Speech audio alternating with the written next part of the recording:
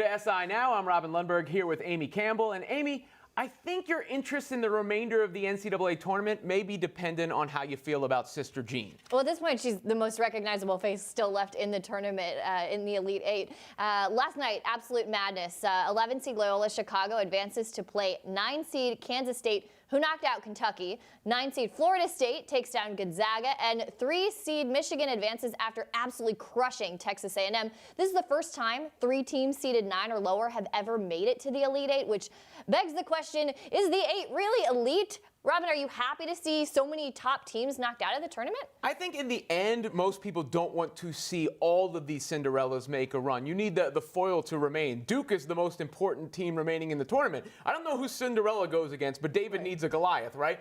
And the NCAA tournament is unique in the sense where it's the one major sporting event where it's the inverse. The interest is at its highest when it starts. All the crazy upsets, people's brackets are still alive, and it wanes. And it can wane more if you have some of these lower-seeded teams matched up against one another, because I feel like a bit of a bad person, but I'm kind of done with Sister Jean at this point in time. Is lightning about to come strike us in the studio for saying that? I agree with you. I think it is so fun. You need those Cinderellas at first, and that's one of the things we love about this tournament. But as we get down to those final teams, I want to see the Blue Bloods. I want to see the stars going at it. I'm especially excited about tonight's game. Jalen Brunson going up against Javon Carter. These are big-name players. These are big-name teams. So I'm very excited to see that. I think that is absolutely what you need there. And Kentucky, one of those powerhouses that did get knocked out, it was looking like they might sneak their way into another Final Four, but K-State made sure that that did not happen. After the game, the players decided not to shake hands with the Kentucky players.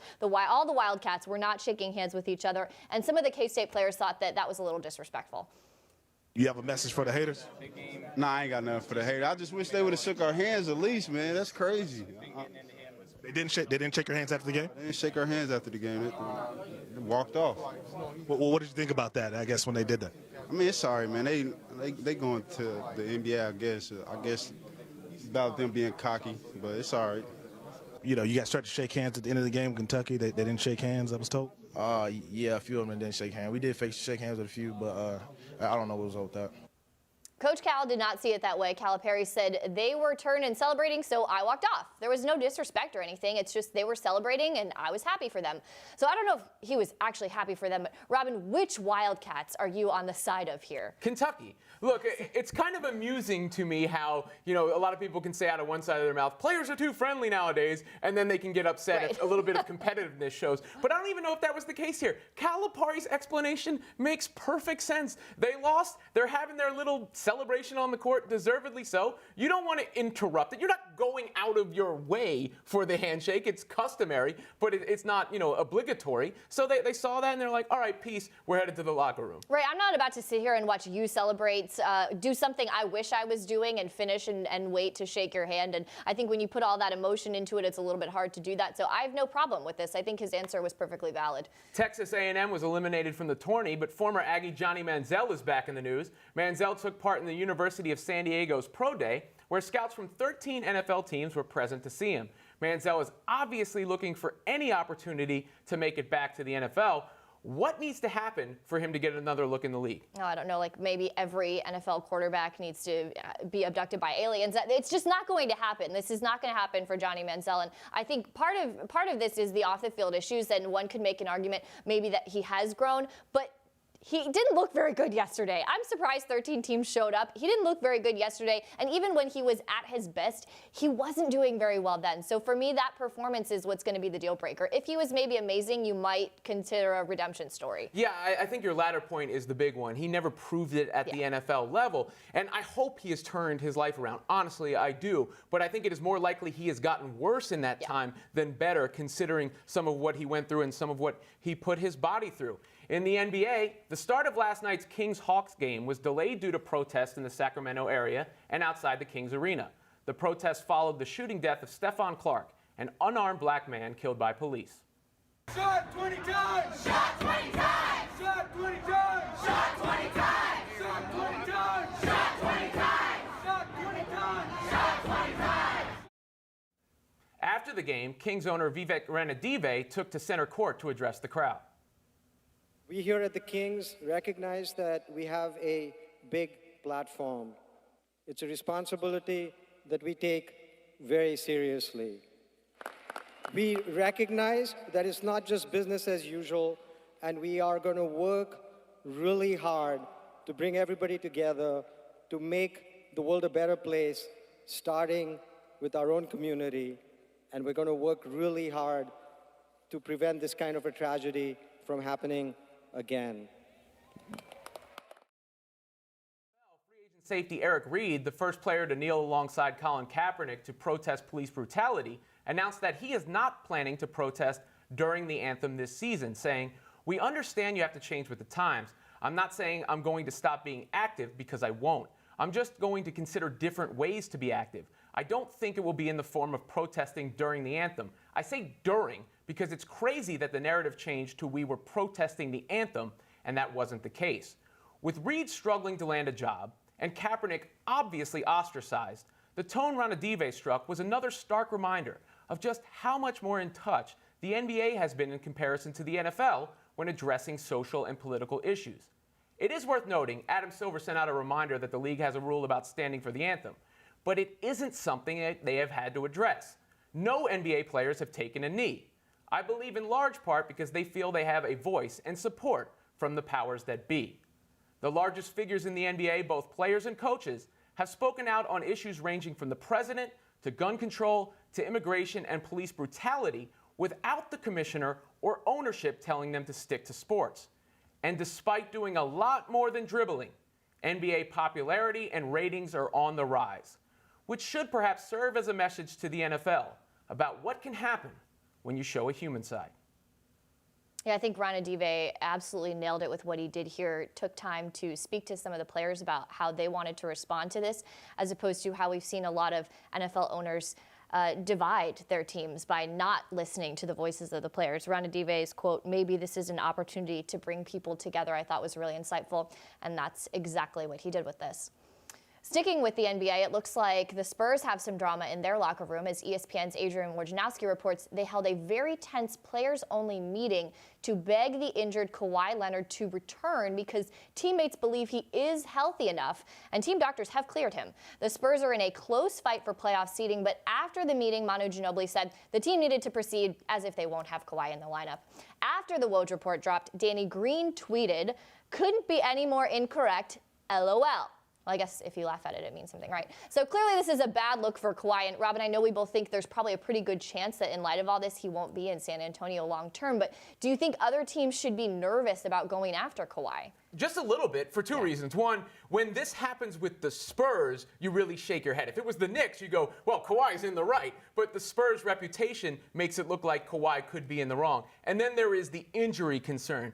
But aside from all that, he's such a great player that if I'm a prospective team looking to possibly trade for him, those things wouldn't totally keep me away from a guy who can both get buckets and shut down the opposing team. If you think the Spurs have problems, don't look at the Grizzlies. Memphis lost by 61 last night. Impressive tanking. To the Hornets. Our Jared Zwerling had a chance to talk to Charlotte's former GM and longtime scout Rich Chow about some of the players the Grizz may be watching this March to get ready for the NBA draft.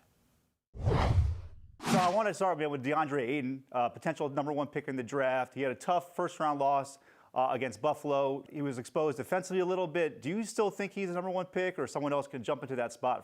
I think it's going to be hard for him not to be the #1 pick. #1, he's a physical freak. He's only 19 years old. He's 7'1" with a 7'6" wingspan, and his body looks like Hercules. He averaged 20 and 11 this year. Offensively, he's got a lot in his toolbox. First of all, he's a terrific athlete. He can really run the floor. He's explosive. He's got good hands, and he's really energetic around the rim.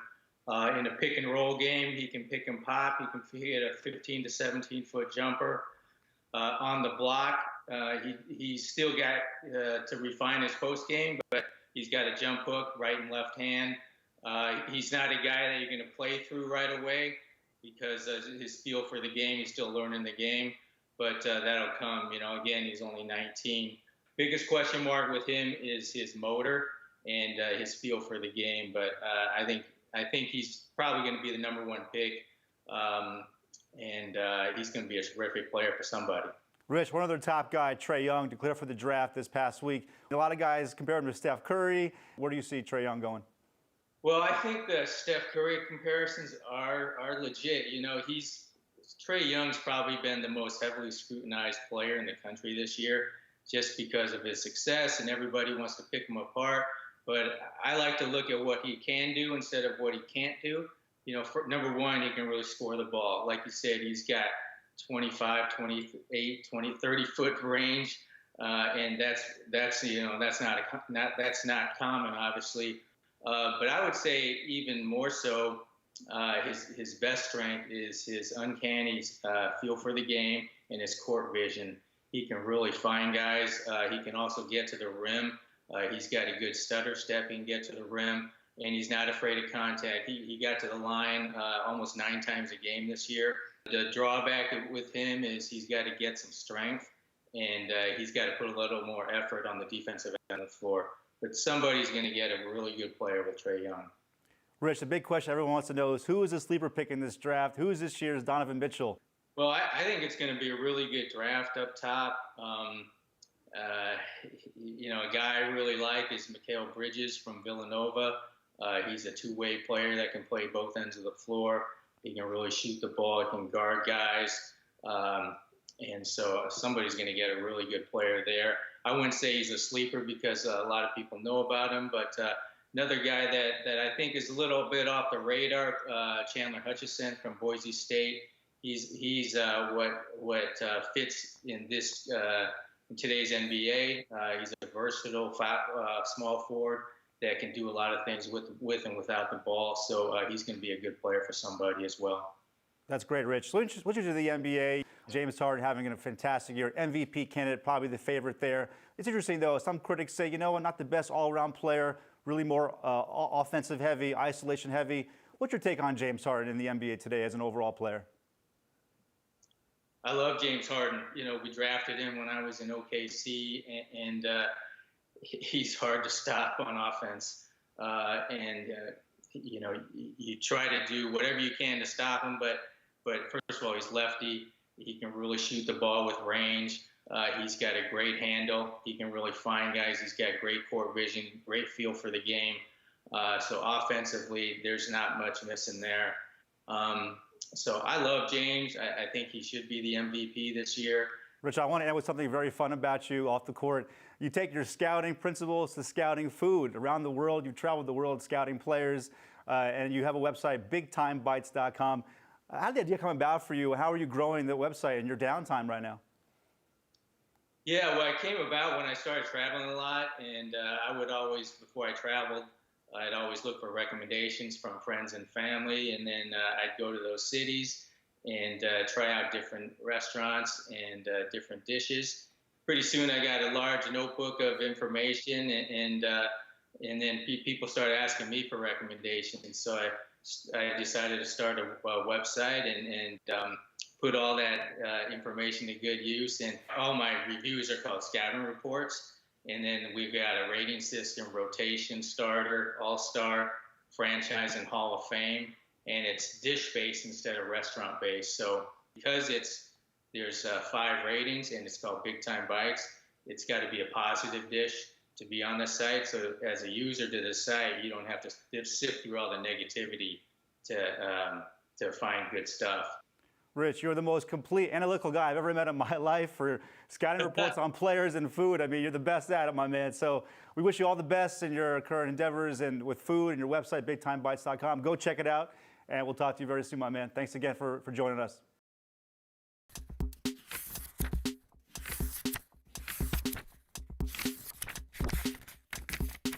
I'm joined by director, filmmaker, and founder of the new Alliance of American Football, Charlie Ebersol. So great to have you here today. There's a lot of football out there. Between the NFL, we've got college, we've got the Arena League, we had the XFL. Why do we need another football league? I think what people miss in how big a deal football is when they talk about declining ratings and other things like this is how big the gulf is between professional football and the other 4 major sports. If you put the ratings of the 4 other major sports together, you'd have to multiply them by 6 to get to the total rating of a single NFL professional NFL game. So we looked at that and said, okay, Any other business, if it had that level of dominance but did not operate for 6 months of the year, somebody would come into that space and do it. So we started asking, why not? And the big answer was nobody in the last quarter century had put quality football on the field by real football people. And so with my co-founder, Bill Polian, we said, okay, let's see what we can do. Now the response internally, we've been in secret for a year and a half, but the response within the football community was overwhelming. Do you see this more as a Big Three league or a G League, if you're comparing it to the NBA? I wouldn't compare it to either. The G League is wholly owned by the NBA and is really a developmental league. They are there almost entirely to get people there. And I wouldn't compare it to Big Three because Big Three is a traveling show. I mean, it's so much fun to watch and they've got great personalities, but ultimately that is a house show. They're going city to city. This is a fully functional league. This is a fully funded and built business model that is meant to bring football to cities from February to April where they can see quality football. Well, I know one of the things that you're also doing is providing scholarships for players. And so that immediately made me think of why would a player go to college if they could play for you, get a scholarship, get paid? Would you be open to taking high schoolers? No. We feel really strongly about the need for both safety and physical development. One of the things that I think has been lost in the debate about the NCAA, and there's certainly a lot of conversation that needs to be had about the NCAA and what that situation is, but what I do think you have to focus on is I don't want to see a 17-year-old kid get hit by a 35-year-old man or a 25-year-old man. That's the development, particularly of the brain and the body, is not such that that's a good idea.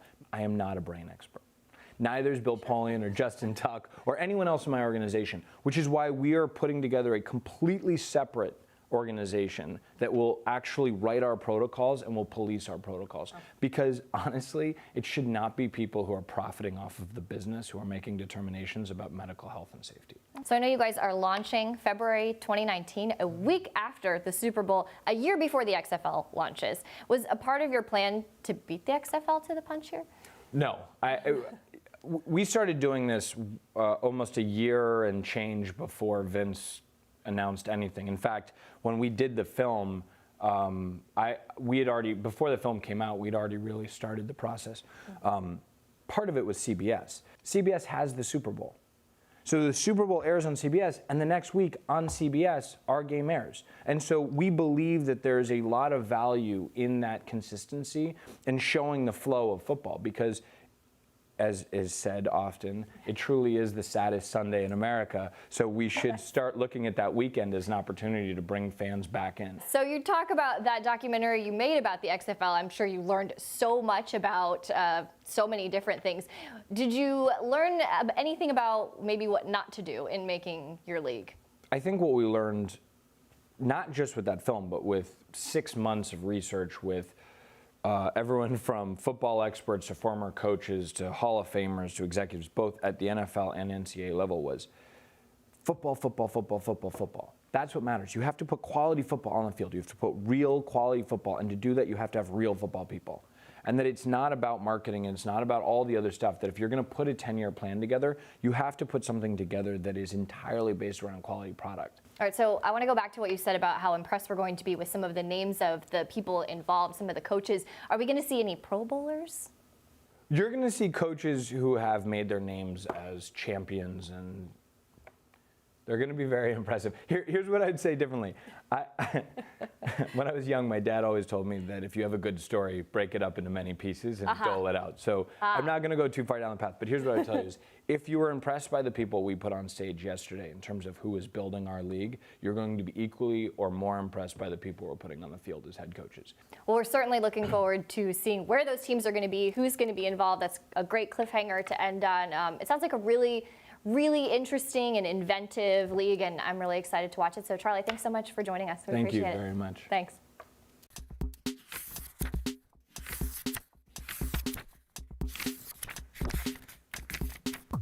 Steph Curry is expected to return to the Warriors lineup tonight, but one thing will be different: his shoes.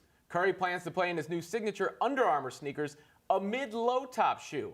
We know about Steph's ankle issues. Are you worried about this? Oh, I'm not worried about the ankle issues. I think I looked at the shoe. It's maybe the best looking shoe he's ever had. It's way better looking than the weird pharmacist shoes that he had that first time. You know, one of my favorite pastimes is comparing myself to NBA players. And when I play, I actually like the low top. More flexibility, range of motion. When you have the high top on, if there's any drastic movement, you're stuck in there. You're stuck with us back on Monday, 10:30 a.m. Eastern time. In the meantime, you can check out at SI Now Live on Twitter. But before we let you go, here's a look at what's in store for the weekend.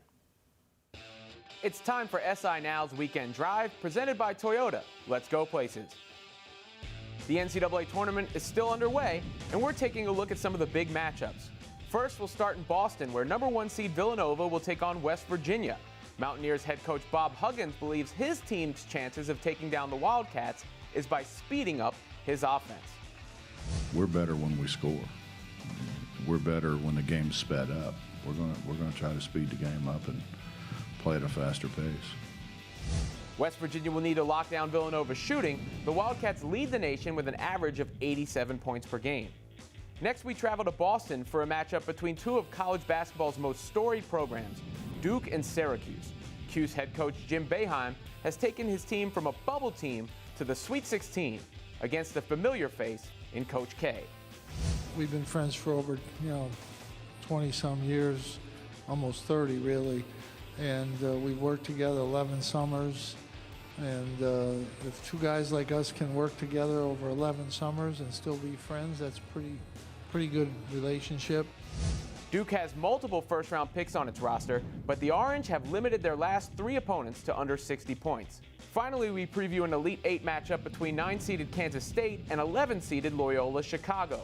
The Ramblers have won 3 straight by a combined total of 4 points. Head coach Porter Moser believes his team's success going forward hinges on rebounding. We got to rebound. I mean, we went into the Tennessee game. When you're playing teams that size, we've played, Florida, Miami, and Tennessee. You've got to rebound. I mean, they're so long, they're so athletic. You've got to take care of that. This is the first time in tournament history where a 9 seed is actually the favorite going into a game. And that's what's in store for this weekend.